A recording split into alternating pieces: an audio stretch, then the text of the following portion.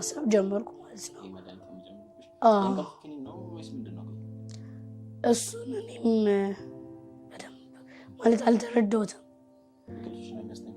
አላውቅም ማለት እንቅልፍ መተኛት ኖርማል ይሄ ራስን አለማወቅ ምን እንደሆንኩ ምናምን አላውቅም፣ ምንም አላስታውስም። ከዛ ያ ነገር እየተደጋገመ ሲመጣ ኖርማል ስናይ ፖርን ቪዲዮ ስናይ እሱ ሳይሰማው ያ ፊሊንግ እኔን መሰማት ጀመረ ማለት ነው። እና እጠይቀዋለሁ በቃ ሴክስ እናድርግ ምናምን እያልኩት እጠይቀዋለሁ።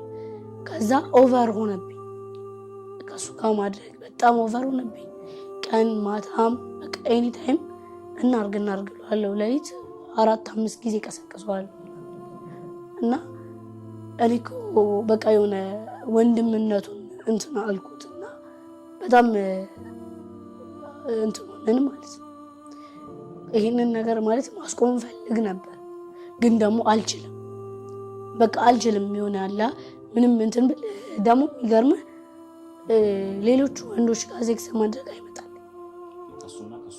በቃ የሚመቸኝ በቃ ሴክስ ማድረግ የሆነ የምር ደስ የሚለኝ ከሱ ጋር።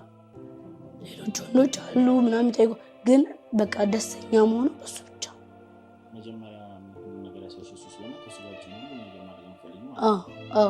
በቃ ከሱ ጋር ብቻ ነው ሴክስ ማደርገው ብዙ ጊዜ ምናምን። ከዛ የሆነ ዕለት እኔም ወጣሁ ከቤት ምናምን ገብቼ መኖር ጀመርኩ። ከዛም በኋላ ላይ ጓደኛ ያዝኩ ማለት ነው። ጓደኛ ይዤም አብረን እንሆናለን ምናምን፣ ግን ሴክስ እናርግ ሲለኝ ደስ አይለኝ። ሴክስ ማታ ተቀጣጥረን ራት በልተን ምናምን በቃ የሆነ በጣም ሴክስ ማድረግ ፈልጌ ጓደኛዬ ቻው ብዬ ወንድሜ ጋር ሄጄ ነው ሴክስ አድርጌ ማድረግ። እና በጣም በቃ ከሱ ጋር ያለኝ እንትን ኦቨር ሆነብኝ ማለት ነው። እንደዛ ነው። እና ይቅርታ። እና በቃ ከሱ ጋር ያለኝ ነገር በጣም እውነት በቃ የሚያደርግ ማለት እሱ ኖርማል ሴክስ ሳይሆን የተለያየ አይነት ነው የሚያውቀው ምናምን። እና በቃ ከሱ ጋር ብቻ እንደሆን ነው የሆንኩት ማለት ነው፣ ሙሉ ለሙሉ በቃ እሱ ጋር። ከዛም ቤት እንትን አልኩ ምናምን ነገር። ከዛም በኋላ ላይ ቆየው ምናምን ከፍቅረኛ የቤተክርስቲያን እንሂድ የሚል ነበረና እሺ ምናምን ነገር ብዬ ቤተክርስቲያን እንሄዳለን ምናምን። ከሆነ ጊዜ ለምን ጸበል አንገባም ነገር አለኝ ማለት ነው።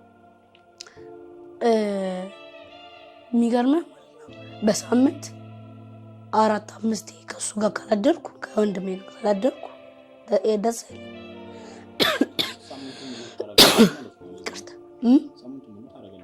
ኦልሬዲ ሳምንት ሙሉ ነው በቃ የምንለያይበት ጊዜ እና